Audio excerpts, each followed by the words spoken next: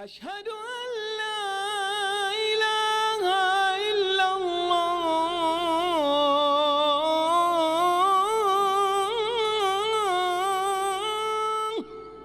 بسم الله الرحمن الرحيم.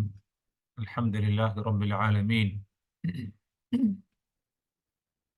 والصلاة والسلام على رسوله الكريم، أما بعد.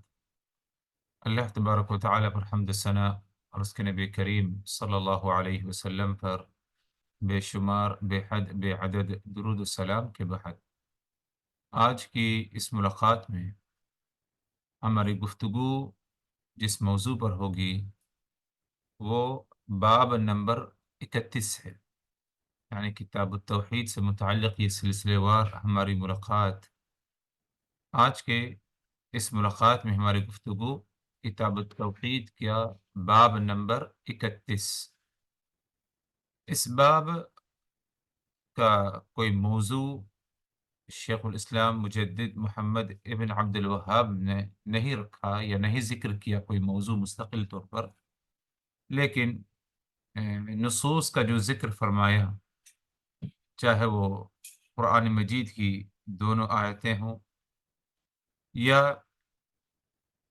احادیث کا جو ذکر ہے، 2 حدیثوں کا ذکر اس باب کے تحت ہے، ان پر اگر غور کیا جائے تو ظاہر یہ ہوتا ہے کہ اس باب کا تعلق خوف الہی خشیت الہی سے، مطلب یہ کہ بندہ اس دنیا میں کسی سے نہ ڈرے مگر صرف اللہ تبارک و تعالیٰ کی ذات سے۔ اس باب میں سب سے پہلی جو آیت نقل کی شیخ الاسلام مجدد محمد ابن عبد الوہاب ہے، وہ اللہ تبارک و تعالیٰ کا فرمان انما ذالکم الشیطان یخوف اولیاءہ فلا تخافوہم وخافون ان کنتم مؤمنین۔ یہ شیطان کا معاملہ اس طرح ہے کہ وہ اپنے دوستوں کے ذریعے تمہیں ڈراتا ہے۔ شیطان کا معاملہ اس طرح ہے کہ وہ اپنے دوستوں کے ذریعے تمہیں ڈراتا ہے، فلا تخافوہم، تو تم ان سے نہ ڈرو، وخافونی، اور تم سب صرف مجھ ہی سے ڈرو، ان کنتم مؤمنین، اگر تم صحیح معنوں میں ایمان رکھنے والے ہو۔ اور ادھر اگر دیکھا جائے تو شیطان اپنے دوستوں کے ذریعے ہمیں ڈراتا ہے، تو شیطان کے دوستوں سے مراد خود شیطان یعنی دوسرے شیاطین ہو سکتے ہیں، اور اسی طرح بعض انسان ایسے پائے جاتے ہیں جو شیطان کے دوست ہوتے ہیں، جیسے کہ جادوگر ہے اور دیگر اور بھی لوگ پائے جاتے ہیں۔ ہر وہ شخص جو اللہ رب العزت کی نافرمانی کرتا ہو اور شیطان کی اطاعت فرما برداری کرے تو وہ حقیقت میں اگر دیکھا جائے تو وہ شیطان کا دوست ہے۔ تو شیطان خود اپنے سے لوگوں کو ڈراتا ہے اور دوسروں کے ذریعے بھی، اپنے دوستوں کے ذریعے بھی لوگوں کو ڈراتا اور ڈرانے کی کوشش کرتا ہے۔ تو اللہ تبارک و تعالیٰ نے فرمایا فلا تخافوہم، تم ان سے نہ ڈرو، وخافونی ان کنتم مؤمنین، بلکہ تم صرف اور صرف مجھ ہی سے ڈرو اگر صحیح معنوں میں تم ایمان رکھنے والے ہو۔ تو اس آیت کریمہ سے یہ بات ثابت ہو رہی ہے کہ ایمان کے تقاضوں میں سے ایک اہم تقاضا یہ ہے کہ ہم اگر ڈریں تو صرف اور صرف اللہ ہی تبارک و تعالیٰ کی ڈر ہمارے اندر کیا ہے، پائی جانا چاہیے۔ نماز دیگر اور اطاعت کریں، اللہ تبارک و تعالیٰ کے عبادات کا اہتمام کریں تو صرف اور صرف اللہ کے ڈر سے، کوئی اور ڈر نہ پایا جائے۔ برائیوں سے اپنے آپ کو ہمیں روکنا ہے، تو برائیوں سے روکنے کے لیے ہمیں اللہ تبارک و تعالیٰ کے ڈر اور خوف ہی سے، صرف برائیوں سے ہمیں کیا ہے، اپنے آپ کو روکنا ہے، کوئی اور مقصد نہ پایا جائے، کسی اور کے ڈر سے نہیں۔ اگلی ایک آیت جو شیخ الاسلام مجدد ابن عبد الوہاب نے ادھر نقل کی، اس آیت کریمہ میں اللہ تبارک و تعالی نے فرمایا انما یعمر مساجد اللہ من آمن باللہ والیوم الآخر واقام الصلاة وآت الزکاة ولم یخش الا اللہ فعسى اولئک ان یکونوا من المہتدین۔ یقیناً مساجد کی تعمیر یعنی مساجد کو آباد کرنے والے جو اللہ کی مساجد ہیں ان کو آباد کون کرتے ہیں؟ من آمن باللہ، جنہوں نے اللہ پر ایمان لایا، والیوم الآخر، یوم آخرت پر ایمان لایا، واقام الصلاۃ، نماز قائم کی، وآت الزکاۃ، اور زکوٰۃ ادا کیا، ولم یخش الا اللہ، اور وہ کسی سے نہیں ڈرے مگر صرف اللہ کی ذات سے ڈرے۔ غور کریے گا کہ مساجد کی تعمیر، مساجد کو کون آباد رکھتا ہے؟ جن کے اندر یہ اہم صفات پائی جائے۔ پہلی صفت یہ ہے کہ وہ اللہ پر ایمان رکھتے ہیں، دوسری صفت یہ ہے کہ یوم آخرت پر ایمان ہے، تیسری صفت ہے کہ نماز کو قائم کرتے ہیں، چوتھی صفت ہے زکوٰۃ کو ادا کرتے ہیں، پانچویں اور آخری صفت وَلَمْ يَخْشَ إِلَّا اللَّهِ، وہ کسی سے نہیں ڈرتے مگر صرف اللہ کی ذات سے ڈرتے ہیں۔ تو گویا کہ خشیت الہی، خوف الہی، اللہ تبارک و تعالی سے ڈرنا، یہ عبادت کا ایک اہم حصہ ہے۔ کوئی بھی عبادت ہو، جس طرح عبادت میں عبادت کے ارکان پائے جاتے ہیں، شرطیں پائی جاتی ہیں، دیگر اور چیزیں ہر عبادت میں پائی جاتی ہے، اسی طرح اس عبادت کا ایک اہم حصہ اگر دیکھا جائے جز، تو وہ اللہ تبارک و تعالی سے ڈرنا، خوف الہی، خشیت الہی، یہ ہمارے اندر کیا ہے؟ پائے جانا ضروری ہے۔ اسی لیے مساجد کو جو آباد رکھتے ہیں نماز کے ذریعے، ذکر و اذکار کے ذریعے اور دیگر اچھے اعمال اور جو مساجد میں کرتے ہیں، ان مساجد کو کون آباد کرے گا؟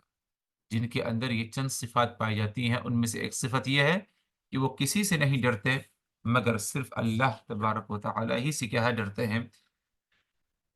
اسی آیت کریمہ کے اخیر میں اللہ تبارک و تعالی نے فرمایا فَعَسَىٰ أُولَٰئِكَ أَن يَكُونُوا مِنَ الْمُهْتَدِينَ، یقیناً یہی لوگ ہیں جو ہدایت یافتہ ہیں، یعنی جنہیں ہدایت ملی اور جنہیں کیا ہے؟ کامیابی ملی۔ آگے بڑھتے ہیں قرآن مجید کی ایک اور آیت جس کو شیخ الاسلام مجدد ابن عبد الوہاب نے ادھر نقل کیا، جس کے ذریعے یہ بتانا چاہا کہ اگر بندہ اس دنیا میں کسی سے ڈرے تو صرف اسے چاہیے کہ اللہ وحدہ لا شریک سے ڈرنا چاہیے۔ اسی مسئلے کی مزید وضاحت کے لیے تیسری آیت بھی ادھر موجود ہے، اللہ تبارک و تعالی کا فرمان وَمِنَ النَّاسِ مَن يَقُولُ آمَنَّا، لوگوں میں کچھ ایسے ہیں جو کہتے ہیں کہ ہم نے ایمان لے آئے۔ لوگوں میں کچھ ایسے لوگ پائے جاتے ہیں جو کہتے ہیں کہ من آمنا، کہ ہم نے ایمان لے آیا۔ فَإِذَا أُوذِيَ فِي اللَّهِ، اس ایمان پر قائم رہنے کے لیے جب انہیں کچھ تکلیف پہنچائی جاتی ہے، یعنی ایمان پر، دین پر قائم ہیں اور تکلیفوں کا سامنا کرنا پڑتا ہے، دوسرے انہیں تکلیف دیتے ہیں، ایذا، تکلیف پہنچاتے ہیں، تو اس موقع پر صبر سے کام لینا اور لوگوں سے نہیں ڈرنا بلکہ اللہ ہی سے ڈرتے رہنا، یہ ہونا چاہیے۔ مگر ان کا معاملہ کیا ہے؟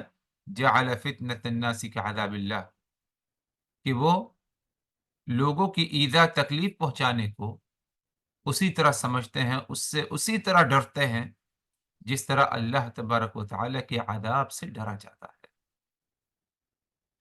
کیا مطلب؟ اس کی مثال یعنی مطلب کو اس طرح سمجھیے کہ جب بندہ کہیں پر روزی روٹی سے لگا ہوا ہے اور اچھی جاب ہے اس کی، اور ظاہر سی بات ہے کہ انسان کی روزی روٹی کا جو مسئلہ ہے یہ بہت اہم ہے اس کی زندگی میں، لیکن بعض دفعہ انسان کو کسی نہ کسی نافرمانی پر ابھارا جاتا ہے، اسے آمادہ کیا جاتا ہے کہ تم ایسا کرو، اور یہ آرڈر دینے والا کوئی باہری آدمی نہیں بلکہ آپ کی کمپنی کا جو آپ کا ذمہ دار ہو، آپ کے اوپر کمپنی کا مینیجر ہو، ڈائریکٹر ہو یا ہیڈ آف ڈپارٹمنٹ ہو، آپ کا باس ہو، وہ آپ کو آرڈر کرتا ہے کہ آپ کو اس طرح جو ہے کرنا ہے، اور جو حکم دے رہا ہے اس میں واضح طور پر اللہ کی نافرمانی پائی جا رہی ہے، تو وہ آپ کو گویا کہ تکلیف پہنچا رہا ہے۔ اب ادھر انسان بعض دفعہ اس تکلیف کو جو لوگوں کی طرف سے اسے پہنچایا جا رہا ہے، چاہیے کہ اس کا مقابلہ کرے، تو وہ ان سے اس طرح ڈرتا ہے، ان کی دھمکی سے، جس طرح اللہ تبارک و تعالیٰ کے عذاب سے ڈرا جاتا ہے۔ یہ مطلب ہے اس آیت کریمہ کا۔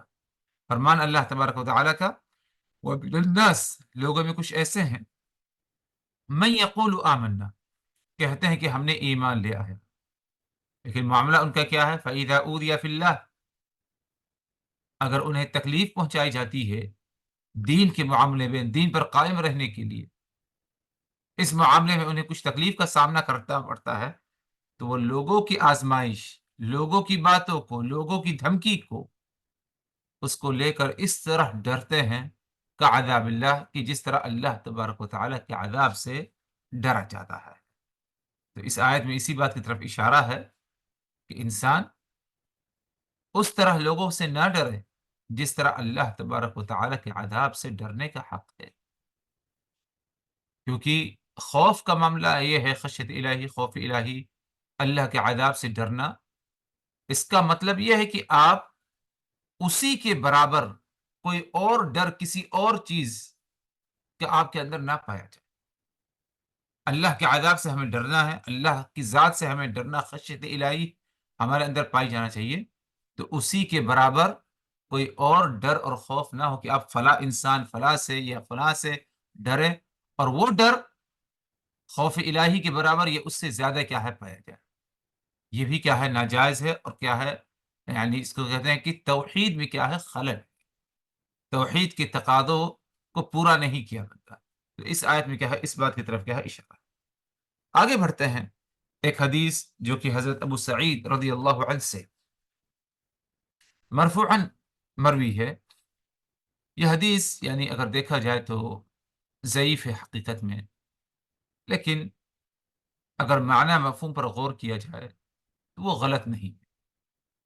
یعنی اس حدیث کو ہم اس نیت سے نہ سمجھیں کہ یہ اللہ کے رسول صلی اللہ علیہ وسلم کی بتائی ہوئی باتیں، بلکہ یوں سمجھیں کہ ہاں، یہ جو باتیں اس حدیث میں موجود ہیں، معنی کے لحاظ سے، مفہوم کے لحاظ سے کتاب و سنت کی اس میں کیا ہے مخالفت نہیں پائی جاتی۔ غور کریے اس حدیث کے یا اس روایت، ضعیف روایت کے معنی پر، ان من ضعف الیقین ان ترضی الناس بسخط اللہ، ایمان کی کمزوریوں میں سے ایک اہم کمزوری یہ ہے کہ آپ لوگوں کو خوش کریں اللہ کو ناراض کر کے۔ آگے ہے وَأَن تَحْمَدَهُمْ عَلَى رِزْقِ اللَّهِ، اور ایمان کی کمزوریوں میں سے ایک اہم کمزوری یہ بھی ہے کہ اللہ نے آپ کو جو رزق دے رکھا ہے اس پر اللہ کا شکر ادا کرنے کے بجائے آپ لوگوں کا شکریہ ادا کریں۔ یعنی رزق کا مالک کون ہے؟ چاہے وہ کھانے کی شکل میں ہو رزق، یا روزی روٹی کی شکل میں ہو، یا درہم و دینار روپے کی شکل میں ہو، یہ کس نے آپ کو دیا؟ اللہ نے دیا ہے، کیونکہ اللہ کی ذات رزاق ہے۔ تو بندہ اپنے رزق کو لے کر، جو رزق اللہ تبارک و تعالی نے اسے دیا ہے، اسے چاہیے کہ اللہ کا شکر ادا کرے۔ تو وہ کس کا شکر ادا کرتا ہے؟ لوگوں کا شکریہ ادا کرتا ہے۔ آگے ہے اسی روایت میں وَأَن تَذُمَّهُمْ عَلَى مَا لَمْ يُؤْتِكَ اللَّهُ، اللہ نے آپ کو جو نہیں دیا ہے، آپ کو کسی چیز سے محرومیت ہے، تو آپ لوگوں کو ملامت کریں، لوگوں کو ناراض کریں۔ اس بات کو اس طرح سمجھیے، اس مثال سے، کہ کہیں پر آپ کسی اہم کام کے لیے کوشش کر رہے ہیں، تو آپ نے چاہا کہ کسی سے سفارش کرا دی جائے تاکہ اس کی سفارش قبول ہو، سورس جسے کہتے ہیں، کام آ جائے آپ کے۔ تو سامنے والا نے سورس لگایا، کوشش کی آپ کے لیے، لیکن اس کے باوجود آپ کو کامیابی نہیں ملی۔ تو اس موقع پر ایمان کا تقاضا یہ ہے کہ آپ یہ سمجھیے کہ اللہ نے آپ کے نصیب وہ چیز رکھی نہیں تھی، اسی لیے آپ کو وہ چیز حاصل نہیں ہوئی، اللہ نے نہیں چاہا کہ آپ کو دیا جائے۔ یہ ہمارے اندر ایمان پایا ہے، لیکن انسان کیا کرتا ہے کہ ہاں بھائی اس نے دل سے کام نہیں کیا، اچھے طریقے سے میری سفارش نہیں کی، اپنا سورس اس نے اچھے سے نہیں لگایا، حالانکہ جو کچھ ہوا وہ اللہ کے حکم سے ہوا۔ یہ مطلب ہے کہ آپ کو اگر اللہ نے کچھ نہیں دیا، کوئی چیز نہیں دی جس کی خواہش آپ کے اندر تھی، تو آپ اس موقع پر لوگوں کو ملامت کرتے ہیں کہ تمہارے وجہ سے مجھے یہ چیز حاصل نہیں۔ آگے ہے اسی روایت میں، ان رزق اللہ لا یجرہ حرص حریص، اے لوگوں یاد رکھو کہ اللہ تبارک و تعالی کے رزق کو کسی کی حرص اور لالچ کھینچ کر کے نہیں لاتا۔ انسان کے اندر لالچ ہے، حرص ہے، تو اس کی یہ لالچ کا مطلب یہ نہیں کہ وہ اللہ کے رزق کو اپنے طرف کھینچ لی کی حاصل کر لی، یہ نہیں ہو سکتا۔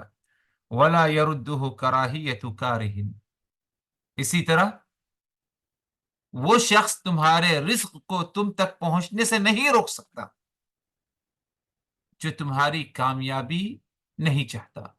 یعنی آپ سے اگر کوئی حسد کرتا ہے، اس کے دل میں کوئی جلن پائی جاتی ہے، نفرت پائی جاتی ہے، آپ کی کامیابی اس سے اچھی نہیں لگتی، تو اس کا یہ اچھا نہ لگنا، اس کا یہ حسد کرنا، اس کے اندر یہ پاور نہیں ہے کہ وہ اللہ کے رزق کو کیا ہے آپ سے کیا ہے روک دے۔ تو یہ حدیث یعنی اگرچہ مؤلف رحمہ اللہ نے ادھر اسے روایت کی، شاید ان کو اس کی کمزوری یا حدیث کے ضعیف ہونے کے بارے میں معلوم نہیں رہا ہوگا، لیکن تحقیق یہ ہے، محققین کی رائے یہ ہے کہ یہ حدیث کا ضعیف ہے، لیکن جو باتیں اس میں بتائی گئی ہیں وہ کتاب و سنت سے دیگر اور کچھ نصوص ہیں، قرآنی آیات ہیں، احادیث نبویہ ہیں، جن سے کیا ہے یعنی ان الفاظوں کی یا ان معانی کی کیا ہے تأیید ہوتی ہے۔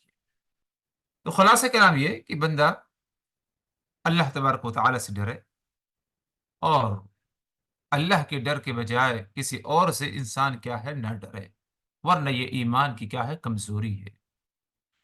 ایک آخری حدیث جو کہ صحیح حدیث ہے، صحیح ابن حبان کی روایت ہے، حدیث کے راوی حضرت عائشہ رضی اللہ عنہا ہیں، فرماتی ہیں کہ رسول اللہ صلی اللہ علیہ وسلم نے فرمایا، من التمس رضا اللہ بسخط اللہ رضی اللہ عنہ وارضى عنہ الناس، جس نے اللہ کی رضامندی کو طلب کیا لوگوں کی ناراضگی سے، جس نے اللہ کی رضامندی کو طلب کیا، اللہ کی رضامندی کو ترجیح دی، فوقیت دی، اولا درجہ، نمبر 1 پر، پہلے نمبر پر اللہ کی رضامندی، مجھے ہر حال میں اللہ کو خوش رکھنا ہے، اور اللہ کو خوش کرنے پر بسا اوقات لوگوں کو ناراض کرنا پڑتا ہے، تو جس نے ایسا کیا کہ اللہ کو خوش رکھنے کے لیے لوگوں کو ناراض کر دیا، رضی اللہ عنہ، تو اللہ اس سے راضی ہو جائے گا، وَأَرْضَى عَنْهُ النَّاسِ،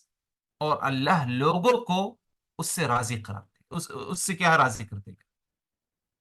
یعنی لوگ بظاہر ناراض ہوئے، لیکن جب اس بندے نے اللہ کو خوش کیا، اللہ کو راضی کیا، تو اللہ تبارک و تعالی لوگوں کو بھی اس کے لیے راضی کر دیتا ہے، لوگوں کے دلوں میں کیا ہے محبت ڈال دیتا ہے۔ اور یہ کیسے ممکن ہے؟ یہ ممکن ہے حضرات، کیونکہ دلوں کا مالک کون ہے؟ دلوں کو پلٹنے والا، پھیرنے والا کون ہے؟ اللہ وحدہ لا شریک ہے۔ تو اگر لوگ آپ سے نفرت کرتے ہیں تو بہت ممکن ہے کہ اللہ تبارک و تعالی آپ کی کسی اہم نیکی کو دیکھ کر کے، ایک نیکی کو دیکھ کر اللہ ان کی نفرت کو محبت میں بھی کیا ہے بدل سکتا ہے۔ تو رسول اللہ صلی اللہ علیہ وسلم کا فرمان، من التمس رضا اللہ، جس شخص نے اللہ کی رضامندی کو حاصل کرنے کی کوشش کی لوگوں کی ناراضگی سے، رضی اللہ عنہ، اللہ اس سے راضی ہو جائے گا، وارضى عنہ الناس، اور لوگوں کو بھی اس سے کیا ہے راضی کرا دے گا۔ آگے فرمایا رسول اللہ صلی اللہ علیہ وسلم نے، ومن التمس رضا الناس، اور جس شخص نے لوگوں کو راضی کرنا چاہا، بسخط اللہ، اللہ کو ناراض کر کے. لوگوں کو راضی کیسے کر رہا ہے؟ اللہ کو ناراض کر کے. سخط اللہ علیہ، تو اللہ تبارک و تعالی اس سے ناراض ہو جاتا ہے. وَأَسْخَطَ عَلَيْهِ النَّاسِ، اور لوگوں کو بھی اس سے ناراض کر دیتا ہے. یعنی جو پہلا مفہوم تھا اسی کے برعکس مفہوم ادھر ہے، اور اسی کے برعکس نتیجہ ہے. پہلے میں یہ کہ اگر انسان نے اللہ کو راضی کیا اور لوگوں کی پرواہ نہیں کی، لوگ ناراض بھی ہو گئے، شاید ان کی کوئی پرواہ نہیں، تو اللہ کی ذات اس سے راضی ہو جاتی ہے. اور اللہ تبارک و تعالی لوگوں کو بھی، دوسروں کو بھی اس سے کیا ہے؟ راضی قرار دیتا ہے، کہ وہ بھی اس سے محبت کرنے لگتے ہیں. اور اگر معاملہ برعکس ہے تو نتیجہ بھی برعکس ہے. مطلب یہ کہ اگر انسان نے لوگوں کو خوش کیا اللہ کو ناراض کر کے، تو اللہ تو ناراض ہوئے گا ہی، اور ساتھ ہی ساتھ اللہ تبارک و تعالی لوگوں کو بھی اس سے ناراض کر دے گا.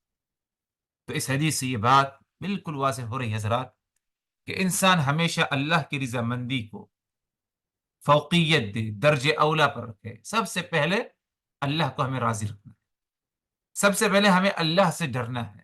جب یہ چیز پائی جائے گی تو باقی تمام معاملات انسان کے لیے کیا ہے؟ آسان ہو جاتے ہیں. اور اس مسئلے کو انسان معمولی نہ سمجھے. اس کا تعلق حضرات کس سے ہے؟ عقیدے سے ہے، عقیدے سے، توحید سے. کیونکہ بعض دفعہ انسان توحید کے معاملے میں، عقیدے کے معاملے میں کمزور اس طرح پایا جاتا ہے کہ وہ بعض معاملات میں اللہ تبارک و تعالیٰ کے ساتھ دوسروں کو شریک ٹھہراتا ہے. انہی میں سے خوف ہے، ڈر ہے. کہ ڈرنا کس سے چاہیے؟ اللہ سے ڈرنا چاہیے. لیکن انسان اللہ سے ڈرنے کے بجائے لوگوں سے ڈرنے لگتا ہے. ایک آخری بات بتا دی جائے، تھوڑی سی تفصیل ہے تاکہ خوف اور ڈر کا مفہوم واضح ہو جائے. اگر دیکھا جائے حضرات، خوف اور ڈر اس کی کئی قسمیں پائی جاتی ہیں. 4 اہم قسمیں بیان کر دی جائیں جن سے یہ مسئلہ مزید واضح ہو جائے گا کہ اللہ سے صرف ڈرا جائے، اس سے کیا مطلب، اس کا کیا مطلب. ایک ڈر ہے جو کہ واجب ہے، لازم ہے کہ ہر انسان کے اندر یہ ڈر پایا جائے. اور اس ڈر سے مراد کہ آپ اللہ تبارک و تعالی سے ڈرتے ہوئے اللہ کی نافرمانی نہ کریں، برائیوں کے ارتکاب نہ کریں. کس کے ڈر سے؟ لوگوں کے ڈر سے نہیں، بلکہ اللہ کے ڈر سے. تو ایسا خوف، ایسا ڈر انسان کے اندر پایا جانا، یہ کیا ہے؟ لازمی ہے اور واجب ہے. تو یہ ڈر ہمارے اندر کیا ہے؟ پایا جانا چاہیے.